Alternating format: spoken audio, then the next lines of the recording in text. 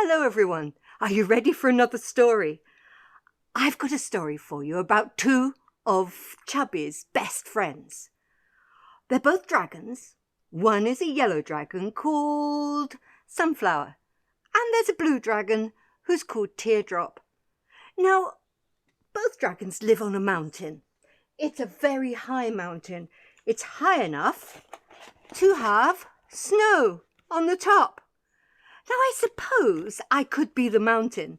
I could put this on my head. I might look a bit more like a mountain. The trouble is, the mountain is so high that I don't think you'll be able to see the top. So perhaps I just better pretend to be the mountain. I'm sure that'll be fine. Now, I want to introduce you to the two dragons. Meet Sunflower, the yellow dragon. They're not here, so I've just got pictures of them. Now, Sunflower was a very friendly dragon. She was always happy and cheerful.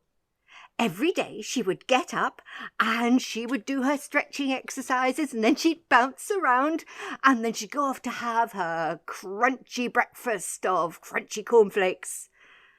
And then she'd spend the day growing her trees and her flowers on the side of the mountain. Now, on the other side of the mountain lived Teardrop. He was a bit of a grumpy dragon. He was always moaning and sighing and complaining, although he was friendly enough. And every morning he would wake up and he would yawn, just like that. And then he would do his exercises, and then he'd go out and he'd get a straw and he'd have blue goo for breakfast. And then he'd go out and sit underneath his shady trees all day. The two dragons were quite different, but they were the best of friends. Now, remember I told you that they lived on a mountain. But Sunflower lived one side of the mountain, and Teardrop lived on the other side of the mountain, and the two dragons couldn't see each other because the mountain was in the way. But they could talk to each other because there was a hole right through the mountain. Every day, Sunflower would go to the hole in the mountain and say, "Good morning, Teardrop." And Teardrop would go to the hole in the mountain, and he'd yawn and say, "Oh, good morning, Sunflower."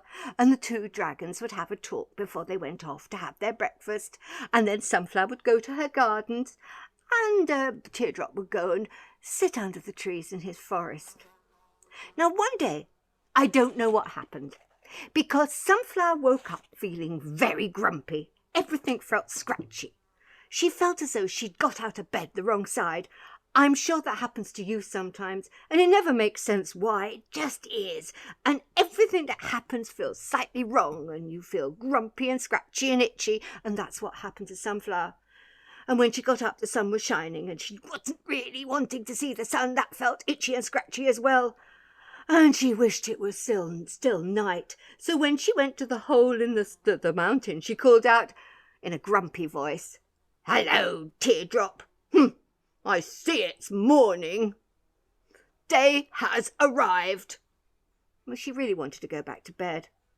Now, Sunflower always wanted to go back to bed, and he was still wishing he hadn't had to get up. It was too early for him, and so he said, "Oh, good morning, Sunflower. But you are wrong.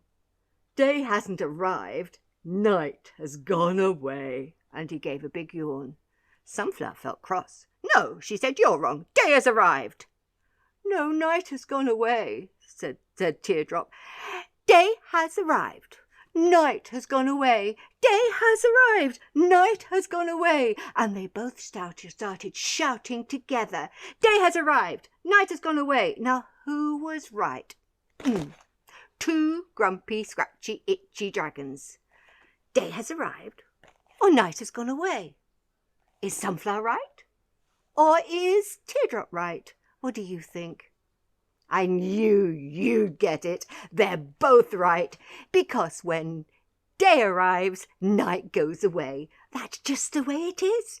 They were both right and arguing about nothing. Well, the trouble is when you have an argument, you end up feeling scratchy and itchy and cross and grumpy all day. And that's what happened to both dragons.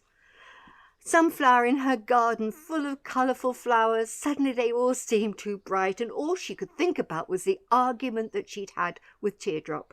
And Teardrop, sitting under the trees in his shady forest, thought, oh, it seemed too shadowy today, and all he could think about was his argument with Sunflower. And that night, when they both went to the hole in the mountain to say good night to each other, they were both in a very bad mood. Sunflower was first. Good night, Blue Dragon, she said. Good night, Teardrop. I see day has gone away. Well, Teardrop was just looking forward to going to bed, and so he said, no, you're wrong. Night has arrived. Day has gone away. Night has arrived, said Teardrop. Day has gone away. Night has arrived. Day has gone away. Well, they're doing it again, aren't they? Both dragons are right, because when day goes away, night arrives. They're both right. They're still arguing about nothing. But then the two dragons did something that I know children don't do. Well, not often. They started to call each other names. Oh, it was horrible. It was Sunflower started it. You're wrong, she said. You soggy blue goo. No, you're wrong, said Teardrop. You mouldy custard. Soggy goo, mouldy custard. Soggy goo, mouldy custard. Now they're arguing again. I wonder if we can think up some more names that dragons might call each other. I know children wouldn't do this, but dragons are a bit like that. Oh, I know. Teardrop can call Sunflower mouldy custard, not mouldy custard. How about stinky cheese? So he's going to go stinky cheese. Oh, what can we do? I don't know. Nasty shark. Stinky cheese, nasty shark. Stinky cheese, nasty shark. You could have fun thinking up names that dragons might call each other, but I know you wouldn't do it to other your friends. Of course not. Stinky cheese. All right, no, I've got it the wrong way round. Stinky cheese. Nasty shark. Blue goo. Mouldy custard. Well, they went on calling each other's names until it was dark. Completely dark. But then one of the dragons, and I couldn't see which it was, but one of them picked up a stone and threw it. Well, it didn't hit the other dragon, but it did knock the top off the mountain. Well, all night long they went on throwing stones.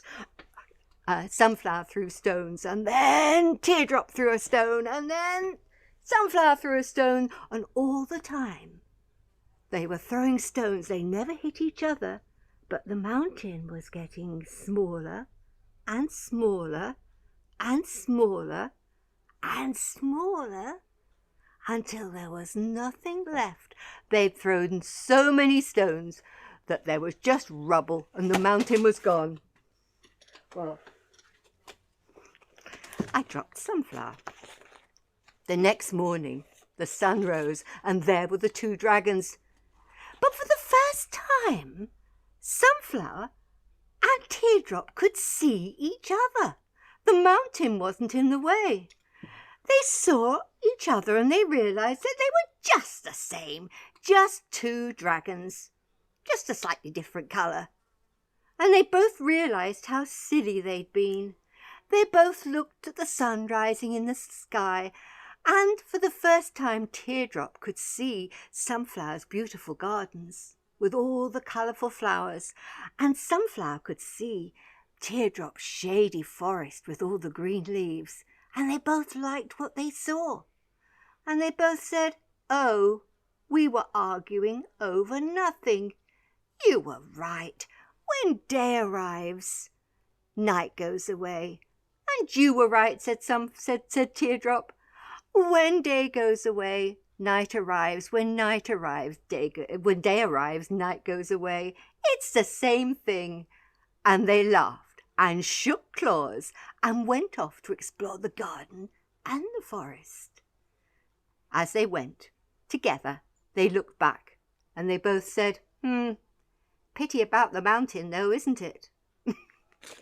Well, I'm sure only dragons could knock down a mountain like this. And I'm sure only dragons would call each other such funny names. Hey, could you think up some more funny names that the dragons might call each other? For instance, you could have a purple dragon, or an orange dragon, or a pink dragon, and give them all funny names. But if you have a red dragon, perhaps we better not make up names for a red dragon. It might upset Chubby. Look, I'll get him to come back and say goodbye to you, shall I? Now let's have a look. Where is he? Oh, here he is. Hello, Chubby. Here he is. Now, come on, Chubby. Wake up. That's it. Come on. That's better. Yes, I know. Nobody's going to call you names. No, he wants to know, do you know why he's called Chubby? Do you think it's anything to do with his round tummy? No, Chubby, I'm not saying you're fat. But you have a round tummy. I better explain. In dragon language, Chubby means fierce fire. I know you're very proud of your name, but you don't have to breathe out fire anymore because you've got your special handkerchief wherever you go, haven't you? So he's quite a safe dragon now. And yes, your friends, Sunflower and Teardrop, are they still friends? They're still good friends. In fact, what's that? Oh, you're going to visit them, are you? On the mountain? No, there's no mountain there anymore. And are you going to the garden? Sunflower's garden, or are you going to Teardrop's forest? Oh, they're all mixed up together now. Forests and gardens all together, and both dragons look after them. That sounds like a good adventure to have, going to see your friends, the dragons. And, oh, but you'll be in libraries again. Very soon, Chubby says he'll be back in the libraries, and maybe he'll get to meet you one day. Well, say goodbye, and go on enjoying your library adventures. You might find stories about dragons or lots of other creatures, made up wonderful creatures. Yes, I know there's stories about green dragons, red dragons, and purple dragons, and yellow dragons. Yes, and he says really truly dragons that lived a long time ago. They're called dinosaurs. I'm sure you'll find books about them too. Well, it's goodbye for me for this week, and it's goodbye from Chubby too. And we'll see you again very soon. Goodbye, everyone.